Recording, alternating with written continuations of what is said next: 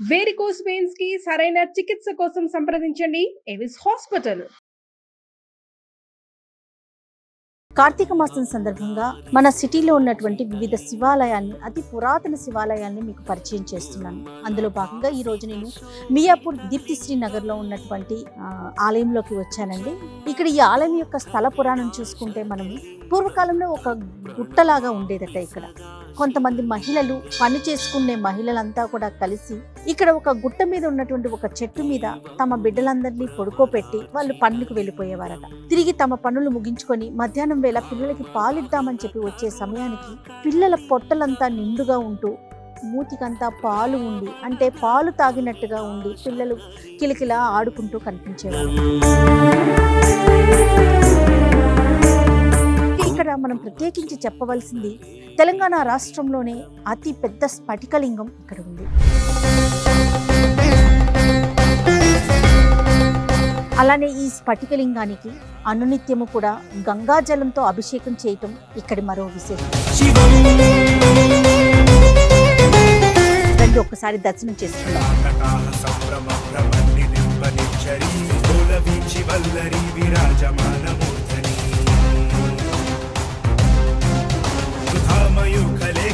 విరాజమాన శేఖరం మహాకపాలి సంపదే శిరోజటాల వస్తున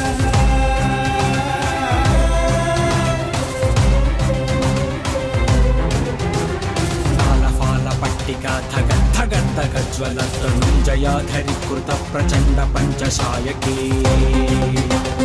మనకి స్ఫటికలింగం అంటే ఉన్న అన్ని లింగాల కన్నా ప్రత్యేక ఫలితాన్ని ఇస్తుంది.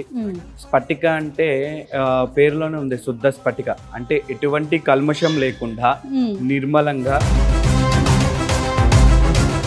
అంటే మనకి ఎటువంటి దోషాలున్నా, ఎటువంటి ఇబ్బందులున్నా వాటన్నిటి నుంచి కూడా బయట స్వామివారు మన బయట వేస్తూ ఉంటారు.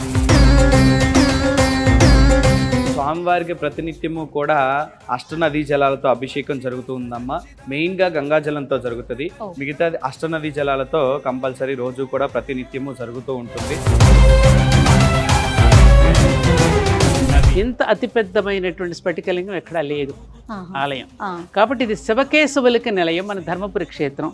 రెండవది ఏమిటంటే ఇక్కడ గంగాజలంతో మాత్రమే అభిషేకం. పౌర్ణమి రోజు, మాస శివరాత్రి రోజు మాత్రమే పంచామృతాలతో అభిషేకం చేసి వచ్చిన భక్తులు ఎవరైతే చేసుకోవాలని అనుకుంటున్నారో వాళ్ళకి గంగాజలం మాకు అక్కడి నుంచి వస్తుంది. మన ఋషులు, మన తపస్సంపన్నులు ఆలయ సాంప్రదాయాన్ని మనకి ఎందుకు అందించారో ఆ పరమార్థాన్ని ఒక నమూనాగా చేసి చూపించటమే ఈ దేవాలయం ధర్మపురి.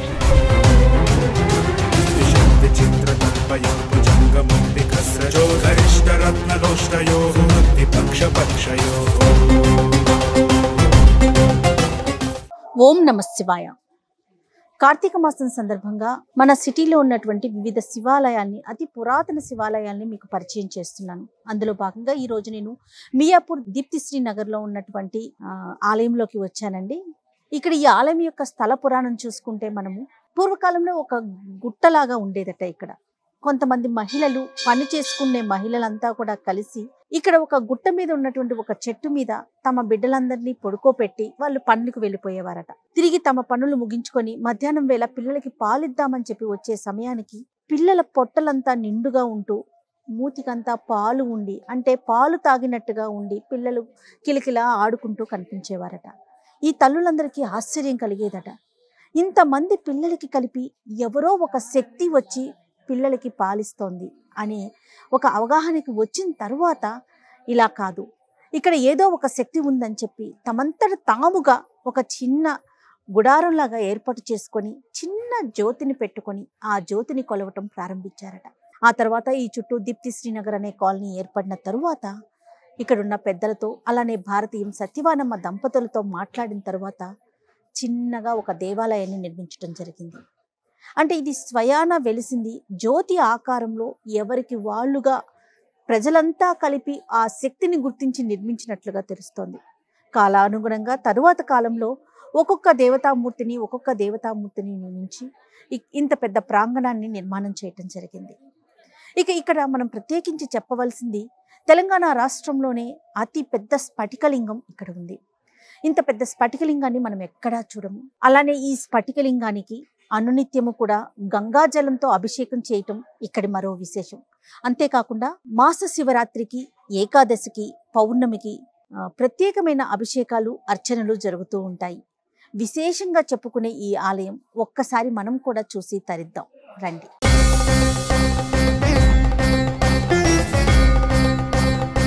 నేను ఇంతకు ముందు మీకు చెప్పాను కదా, స్ఫటికలింగం యొక్క ఆలయానికి దారి ఇదేను. అయితే ఏదైతే ఒక జ్యోతిని ముందుగా గ్రామంలోని ఆడవారంతా పెట్టుకున్నారో ఆ జ్యోతిని తీసుకొచ్చి ఈ స్వామివారి దగ్గర పెట్టి దీన్ని జ్యోతిర్మయి ఆత్మలింగంగా ఇక్కడ పెట్టడం జరిగిందనమాట. ఇక్కడ కేవలం ఈ ఆత్మలింగానికి, ఈ స్ఫటికలింగానికి కేవలం గంగాజలంతో మాత్రమే అభిషేకం చేస్తారు. దీన్ని కూడా మనం ప్రత్యేకమైన విశేషంగా చెప్పుకోవాలి. రండి ఒక్కసారి దర్శనం చేసుకుందాం.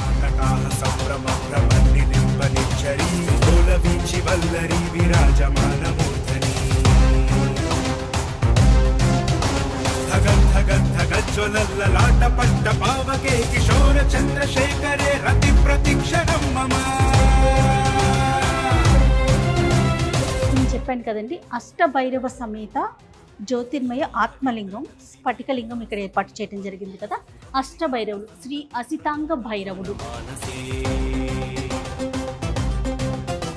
అంటే ఇలా అష్టభైరవులతో ఒక ఆలయాన్ని నిర్మించడం కూడా ఇదే ప్రథమం అని చెప్పి నాకు సత్యవానమ్మ కూడా చెప్పడం జరిగింది. శ్రీ రురు భైరవుడు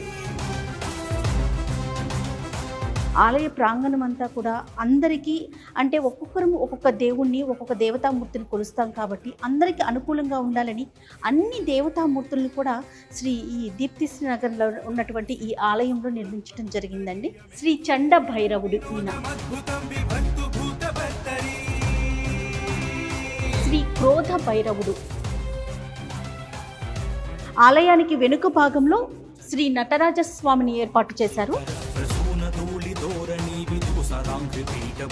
శ్రీ ఉన్మత్త భైరవుడు, శ్రీ కపాల భైరవుడు,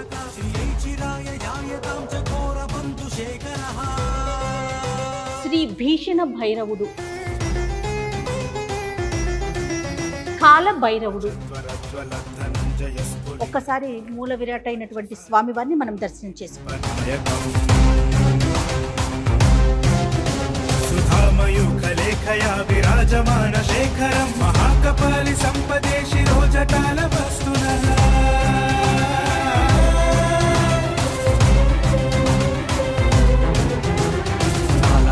పట్టికా ధగద్ధగద్ధగజ్వలతనుంజయాధరీకృత ప్రచండ పంచశాయకే. నమస్తే గురుగారు. నమస్తే అమ్మ. ఈ అష్టభైరవ సహిత జ్యోతిర్మయ ఆత్మలింగం మనం ఎక్కడా చూడము, బహుశా చాలా విశేషమైన ఆత్మలింగంగా చెప్తా ఉన్నారు. ఒక్కసారి విశిష్టత అంటే మనకి ఎన్నో లింగాలు ఉన్నాయమ్మా. మనకి స్ఫటికలింగం అంటే ఉన్న అన్ని లింగాల కన్నా ప్రత్యేక ఫలితాన్ని ఇస్తుంది. స్ఫటిక అంటే పేరులోనే ఉంది, శుద్ధ స్ఫటిక అంటే ఎటువంటి కల్మషం లేకుండా నిర్మలంగా ఉంటుంది అని అర్థం. అంటే మనకి ఎటువంటి దోషాలు ఉన్నా, ఎటువంటి ఇబ్బందులు ఉన్నా వాటన్నిటి నుంచి కూడా బయట స్వామివారు మన బయట వేస్తూ ఉంటారు. అంటే మనకి ఏ ప్రాబ్లం కాకుండా ఎవరైతే స్ఫటికి గంగాజలంతో అభిషేకం చేసుకుంటారో వాళ్ళకి ఎటువంటి దోషాలున్నా, గత జన్మ నుంచి పాపకర్మలు అనుభవిస్తూ ఉన్నా, అలాగే ఇప్పుడు పడుతున్న కష్టాలు, బాధలు, ఇబ్బందులు, మనశ్శాంతి లేకపోవటాలు, ఏ పని మొదలుపెట్టినా ఆటంకు, చికాకాలు, తెలిసో తెలియకో చేసే తప్పులు, ఉద్యోగ విషయాలు కానివ్వండి, అలాగే పెళ్ళిళ్ళ విషయాలు కానివ్వండి, సంతాన విషయాలు కానివ్వండి, ఆర్థిక పరంగా కానివ్వండి, మానసిక పరంగా కానివ్వండి, ఇలా ఎటువంటి ఇబ్బందులైనా, అంటే ఈ దేహం ఏదైతే మనకి దేహం కనిపిస్తుందో పైకున్న ఈ శరీరానికి సంబంధించిన ప్రతి ఒక్క దోషాన్ని పోగొట్టేదే స్ఫటికం. అలాగే లోపల ఉన్న ఆత్మని సైతం శుద్ధి చేసుకోగలిగేదే ఆత్మలింగేశ్వరుడు. అనునిత్యం పూజలు ఏ విధంగా చేస్తారండి? అనునిత్యం స్వామివారికి ప్రతినిత్యము కూడా అష్టనదీ జలాలతో అభిషేకం జరుగుతుందమ్మా. మెయిన్గా గంగాజలంతో జరుగుతుంది. మిగతాది అష్టనదీ జలాలతో కంపల్సరీ రోజు కూడా ప్రతినిత్యము జరుగుతూ ఉంటుంది. యథావిధిగా భక్తులు వచ్చి చేయించుకోవచ్చు. అలాగే అర్చనలు అవి అన్నీ కూడా భక్తుల కోరిక మేరకు ఏమి కావాలంటే అవి చేస్తూ ఉంటాము. కార్తీక మాసంలో ప్రత్యేకమైన పూజలు ఏమన్నా ఉంటాయా? కార్తీక మాసంలో చక్కగా ప్రతిరోజు కూడా మనకి స్వామివారికి నిత్యాభిషేకాలు ఉంటాయి, అర్చనలు ఉంటాయి, అలాగే విశేషమైన పూజలు ఉంటాయి. కాలభైరవుడికి కూడా విశేషంగా పూజలు అర్చనలు ఉంటాయి. అలాగే కాలభైరవుడికి ఏదైతే అష్టభైరవులు కాకుండా కాలభైరవుడికి అష్టమి రోజు అభిషేకాలు ఉంటాయి. అలాగే మీరు ఏదైతే స్వామివారి నుదుటి మీద జ్యోతిని చూస్తున్నారో ఆ జ్యోతి వారాహి అమ్మవారు. ఈ వారాహి అమ్మవారికి ప్రతి శుక్రవారం కూడా ప్రదోష సమయంలో కుంకుమార్చన అవుతూ ఉంటుంది. అలాగే మాస శివరాత్రికి పౌర్ణమికి కూడా విశేషంగా ప్రదోషకాల సమయంలో అభిషేకాలు అవుతూ ఉంటాయి అమ్మ. ఆలయ ప్రాంగంలో మనము రకరకాల దేవతా దేవి మూర్తుల యొక్క విగ్రహాల్ని దేవుళ్ళని చూస్తా ఉన్నాం. ఒక్కసారి ఆలయ చరిత్ర ఒకసారి చెప్పండి. ఆలయ చరిత్ర అంటే ఇక్కడ కొలువు తీరిన స్వామి వార్ల గురించి ఒక్క మాట, ఎవరెవరు కొలువు తీరి ఉన్నారు అని. ఇక్కడ స్వయంభూ పెద్దమ్మ తల్లి ఉన్నారమ్మా.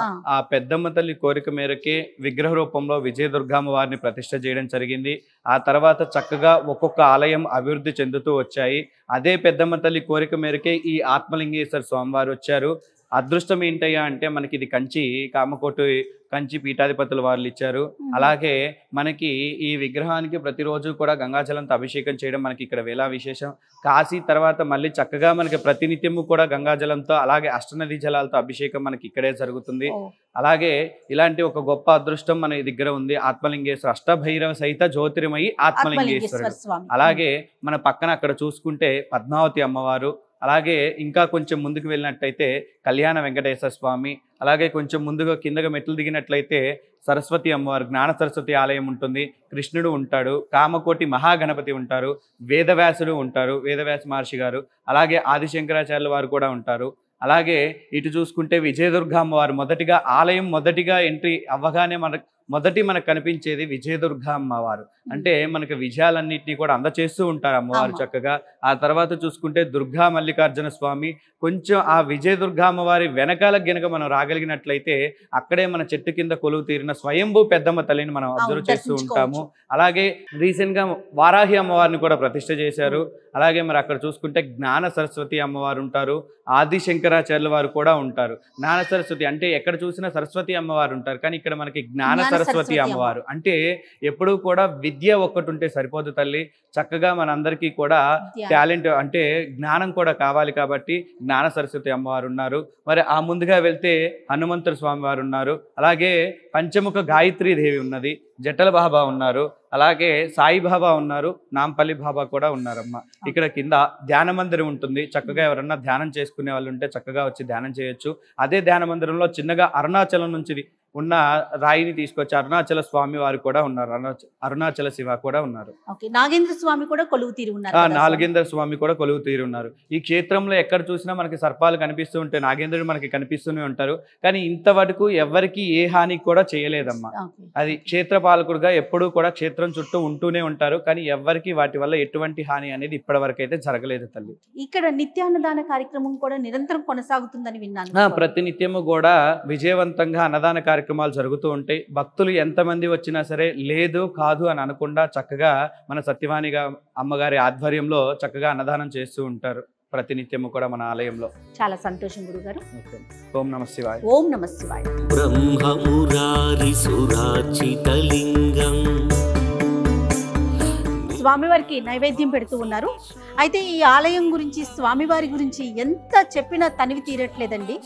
ఉదయం సూర్యకిరణాలు స్వామివారిని తాకుతాయి, అలానే సూర్యుడు అస్తమించేటప్పుడు కూడా కిరణాలు స్వామివారిని తాకుతాయని చెప్పేసి ఆలయ ప్రధాన అర్చకులు చెప్తూ ఉన్నారు. అలానే చంద్ర దర్శనం కూడా ఆలయానికి ఎదురుగుండా జరుగుతుందని, చంద్రుడు ఒక అర్ధరాత్రి సమయం వచ్చేసరికి వెనుక గోపురాన్ని తాకుతాడని, చంద్రుడు కరెక్ట్గా ఆ పైన ఉంటాడని కూడా చెప్తా ఉన్నారు. అంటే ఒక్కసారైనా ఈ పరిసర ప్రాంతాల్లో ఉన్నవారు వచ్చి స్వామివారిని దర్శించుకుంటే, అందులోనూ ముఖ్యంగా కార్తీక మాసంలో దర్శించుకుంటే సకల పాపాలు తొలగిపోతాయని చెప్పేసి కూడా ప్రధాన అర్చకులు చెప్తూ ఉన్నారు. ఓం నమః శివాయ. కనక మహామణి భూషితలింగం ఫణిపతి వేష్టిత శోభితలింగం. అలానే ఈ ఆలయ ప్రాంగణంలో కొంచెం పైగా వెంకటేశ్వర స్వామి, ఆయన్ని కళ్యాణ వెంకటేశ్వర స్వామిగా పిలుస్తారు. ఇక్కడ కనుక కళ్యాణం జరుపుకుంటే దంపతులంతా కూడా జీవితాంతం కలిసిమెలిసి ఉంటారని ప్రతీతి. దాంతోపాటుగా కింద పద్మావతి అమ్మవారు, ఇంకాస్త కింద గోవింద స్వామి వారు కూడా ఈ ఆలయ ప్రాంగణంలో కొలువు తీరి ఉన్నారు. ఇక్కడ నిత్యాన్నదాన కార్యక్రమాలు, కళ్యాణాలు, అలానే పిల్లలకి అక్షరాభ్యాస కార్యక్రమాలు నిరంతరం జరుగుతూ ఉంటాయి. మనందరికీ సుపరిచితురాలైనటువంటి భారతీయం సచివాని అమ్మ ఈ ఆలయ నిర్వహణ బాధ్యత మొత్తం తీసుకొని భక్తులందరికీ ఎటువంటి ఇబ్బందులు లేకుండా సకల సౌకర్యాలతో ప్రతి స్వామిని దర్శించుకోవాలి, ప్రతి దేవుని యొక్క కృపకి పాత్రులు కావాలని ఆశిస్తూ ఆవిడే పూర్తిగా బాధ్యతలు తీసుకొని ఈ ఆలయ నిర్వహణ చేస్తూ ఉన్నారు. ఖచ్చితంగా ఇంత సువిశాల ప్రాంగణంలో ఉన్నటువంటి స్వామి వాళ్ళని, అమ్మవార్లని దర్శించుకొని వారి యొక్క కృపకి పాత్రులు కావాలని మనస్ఫూర్తిగా కోరుకుందాం. నమస్తే. తత్ప్రణమామి సదా శివలింగం అష్టదళోపరివేష్టితలింగం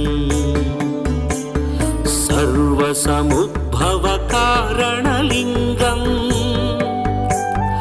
అష్టదరిద్రవినాశనలింగం తత్ప్రణమామి సదా శివలింగం సురగురు సురవర కుంకుమ చందన లేపితలింగం పంకజహార సుశోభితలింగం. అమ్మ నమస్తే. నమస్తే. ఆలయ ప్రాంగణం అంతా చూసాము, చూసారా?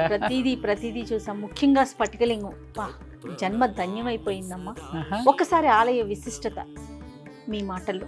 ఎన్నోసార్లు మనం మాట్లాడుకున్నాం, కానీ ఈ విశిష్టతను గురించి చెప్పాలి అంటే 2-5 నిమిషాలు సరిపోదు న్యాయంగా. ఏది ఏమైనా ఇది ఈ క్షేత్రం ఎవరిదో ఒక ప్రమేయంతో వచ్చింది కాదమ్మా. తనంతట తానుగా మూల ప్రకృతి వ్యక్త వ్యక్తావ్యక్త స్వరూపిణి అనేటటువంటి ఒక నామం ఉంది లలితా సహస్రనామంలో. మూల రూపంగా ఉన్న అమ్మవారు వ్యక్తమయ్యింది బయటికి. ఆ వ్యక్తమైంది విజయదుర్గాదేవి. వ్యక్తం కాకుండా ఉన్నది పెద్దమ్మ తల్లి వెనక ఉన్నది. ఆ తల్లి ఈ విధంగా వ్యక్తమై దాదాపు 38 సంవత్సరాలు, రేపు డిసెంబర్ 15 నాటికి అమ్మవారి 38 సంవత్సరాలు. సో ఆ విధంగా ఆవిర్భవించినటువంటి ఈ తల్లి ఎలా ఆవిర్భవించింది అంటే అదొక్కటి మాత్రం మీకు చెప్పి తీరాలి. ఇది దొంగల గుట్టగా వ్యవహరించేవారు ఒకప్పుడు. ఇక్కడ చుట్టుపక్కల ఉన్నటువంటి గ్రామాలన్నీ, అప్పుడు పట్టణం ఇంతగా ఎదగని కాలంలో సిటీ, చుట్టుపక్కల ఉన్నటువంటి గ్రామాల నుంచి కూలి పనులు చేసేవాళ్ళు తమ బిడ్డలని ఈ చెట్టు కొమ్మలో ఉయ్యాల వేసుకుని పడుకోబెట్టుకుని పనుల్లోకి వెళ్ళేవారట.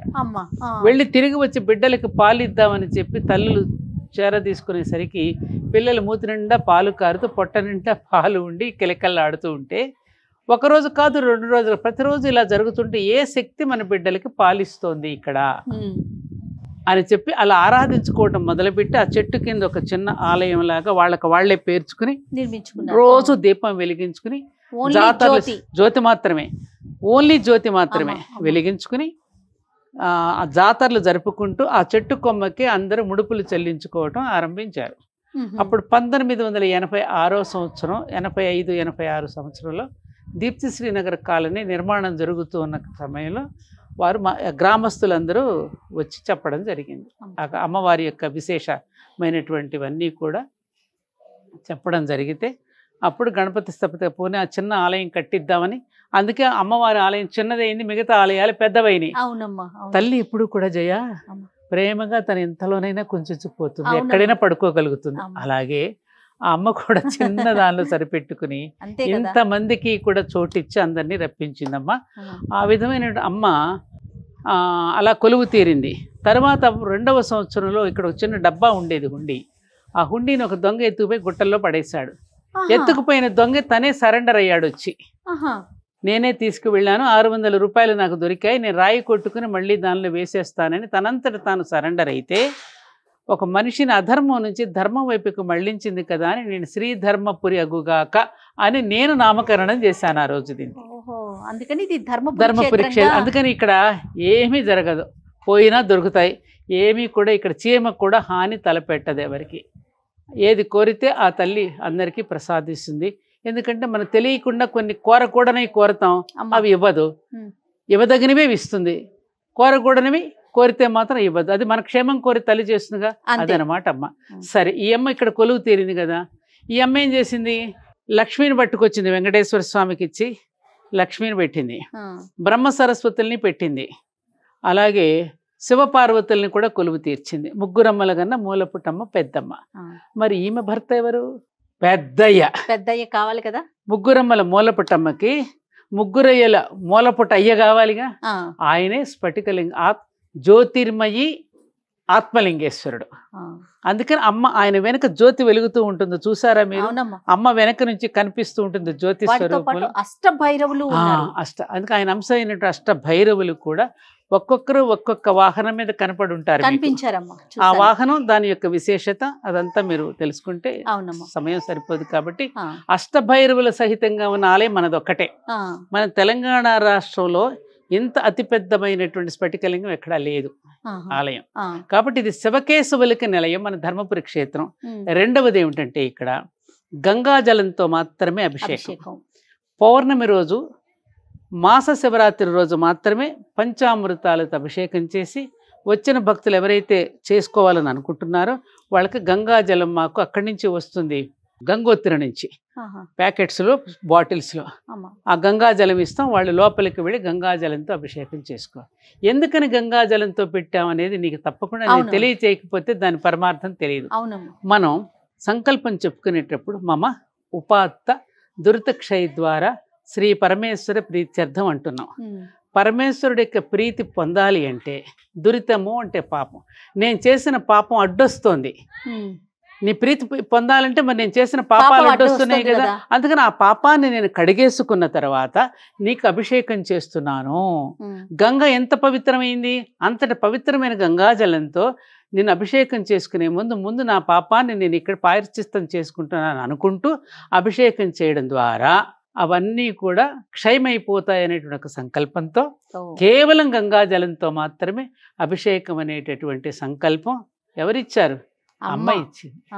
మీ నాన్నకు అలా చేసుకోండిరా, తండ్రి కోపడతాడు కదా, మీ నాన్న యొక్క ఆగ్రహానికి గురి కాకుండా ఆయన అనుగ్రహాన్ని పొందాలి అంటే ముందు మీరు వాటిని క్షయం చేసుకుని అప్పుడు నా దగ్గరికి రండి అని అమ్మ చెబితే అది అక్కడ జరుగుతోంది.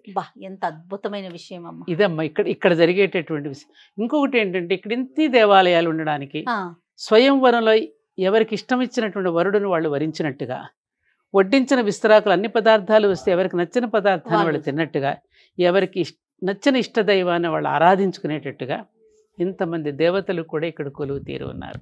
భక్తులందరూ స్వేచ్ఛ. ఇంకొకటి విశేషం, క్షేత్రంలో ఎవరికి వారు నిష్కామంగా వచ్చి సేవ చేసుకుని వెళ్ళిపోతారు. ఎవరు చేస్తున్నారో కూడా మనకు తెలియదు. అమ్మ మేము ఇది చేసుకోండి, ఆ విధమైన భక్తులకు ఒక స్వేచ్ఛ. ఎక్కడ కూడా ఎవరు ఏం చేస్తున్నారు అనేది ఎక్కడ కనిపించలేదు, ఎక్కడ కనిపించదు, ఎక్కడ పేర్లు ఉండవు మీకు. నిష్కామంగా పని చేసుకుంటూ వెళ్ళటం. అందుకని ధర్మపురి క్షేత్రం అన్నాం కదా, ఆ ధర్మాన్ని ఆచరించడం అంటే ఏమిటి, నువ్వు చేస్తున్న పని నిష్కామంగా చెయ్యి, ఆశించకుండా చెయ్యి. చేసినప్పుడు పైన రికార్డ్ అవుతుంది. ఇక్కడ నువ్వు రాసుకున్నావు అనుకో, ఇక్కడే రికార్డ్ అయ్యి నువ్వు అక్కడ రాసుకున్నావు కదా, ఇంకా నాతో పనే ఉంది నీకు అన్నట్టుగా ఉండకుండా మన ప్రాచీన దేవాలయాలలో మన ఋషులు, మన తపస్సంపన్నులు ఆలయ సాంప్రదాయాన్ని మనకి ఎందుకు అందించారో ఆ పరమార్థాన్ని ఒక నమూనాగా చేసి చూపించటమే ఈ దేవాలయం, ధర్మపురి క్షేత్రం. చాలా సంతోషం అమ్మ.